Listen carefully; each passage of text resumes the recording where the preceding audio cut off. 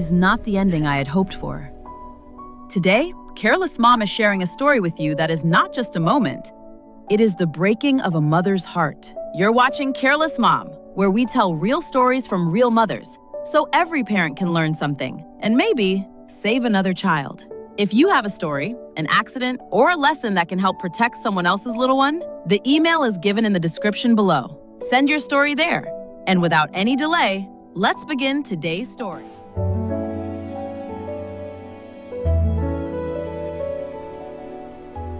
Today's story that I'm sharing with you might be the most painful moment of my entire life. A moment so heavy that even remembering it takes my breath away. And maybe every mother, every parent out there will see a part of their own reality in this. It was an ordinary morning. Soft daylight was slipping through the curtains, turning the living room slightly golden. My little boy, Alan, only 4 years old, sweet, innocent, always laughing. His laughter was the sound that made our house feel alive. I was folding laundry that morning, a big pile of clothes in front of me. Breakfast was done, my husband had left for work, and the whole house felt calm, steady, normal, a safe, everyday kind of morning. Alan was playing in the living room, his little red toy car, the one with the tiny driver inside. He was running it along the edge of the sofa. Every few seconds, I heard his little giggles, and each time I thought, my baby is safe. I'm right here. But that is the biggest mistake we mothers make. We think being close means everything is okay, but with children, one step away can mean everything changes. Then something caught my eye, a colorful balloon tied to the curtain rod. Just a simple balloon, but the curtain rod was slightly bent downward. I told myself, I'll fix it later. If only I had fixed it right then, maybe this story would never have happened. I went back to the laundry, folding clothes, listening to Alan giggle on and off. Everything sounded normal, until a moment came that I will never forget for the rest of my life. The house suddenly became silent. That silence, the one every mother recognizes instantly. The silence that carries danger inside it. I stopped folding. The shirt fell from my hand. My heart began pounding. Have you ever felt it?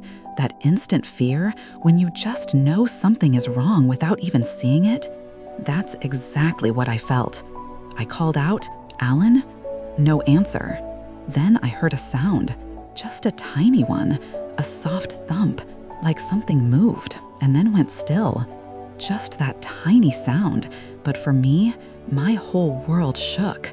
I ran straight to the living room, and what I saw was the worst sight of my life. Alan, my little, innocent, precious boy, was standing on the sofa, pulling the balloon tied to the curtain rod. He had no idea that the rod was already loose. He didn't know that one more pull could bring that heavy metal rod straight down onto his tiny head. I screamed, "No, Alan, stop!" The fear in my own voice, I can still hear it. I ran. My breath felt stuck. My legs felt heavy. It felt like time was slipping away from me. His foot slipped. The curtain rod shook. The balloon spun downward. Alan pulled one more time, and in that exact second, I reached toward him, but I was 1 second too late. Crash! The heavy metal curtain rod fell straight onto Alan's small head. I froze. That sound, that moment, broke me. Alan collapsed. His tiny body went limp. Blood started running from his head, and his eyes were half closed. My baby, Alan. I held him. I shook him gently, but he was barely breathing. I called 911 immediately. The ambulance arrived in 5 minutes, but those 5 minutes felt like the longest nightmare of my life. Paramedics rushed in, placed Alan on a stretcher, gave him oxygen, and said the words no mother should ever hear. His condition is critical. At the hospital, doctors did an urgent scan. The impact from the curtain rod was severe. They said, "We are not sure. The injury is deep. He needs close neuro observation immediately." My whole world stopped. My child, the same child who was laughing that morning, was now unconscious in ICU. The machines, the beeping, the wires on his tiny body, it broke my heart again and again. For 2 days, Alan didn't wake up. Doctor said he is fighting, but the chances are very low. I held on to faith, onto hope, onto dua. Every minute felt like a test. Alan is still in treatment. His condition is still delicate. Recovery will be long, doctors say, and every second we pray he returns to a normal life again. And today, I'm asking all of you, as a mother, as a parent, please pray for my Alan. A single mistake has placed his little life between life and death. May Allah protect him, may he heal him, and may no mother ever face this moment because of something so small, yet so dangerous.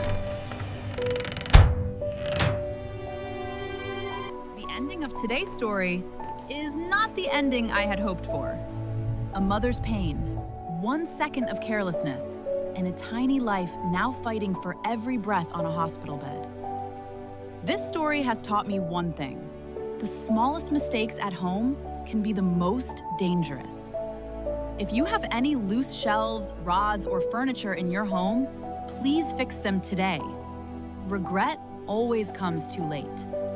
And don't forget to pray for that little life. Maybe your prayer can change their tomorrow. I am Careless Mom, and today's lesson is simple. Never take your eyes off your children. Life can change in a single second.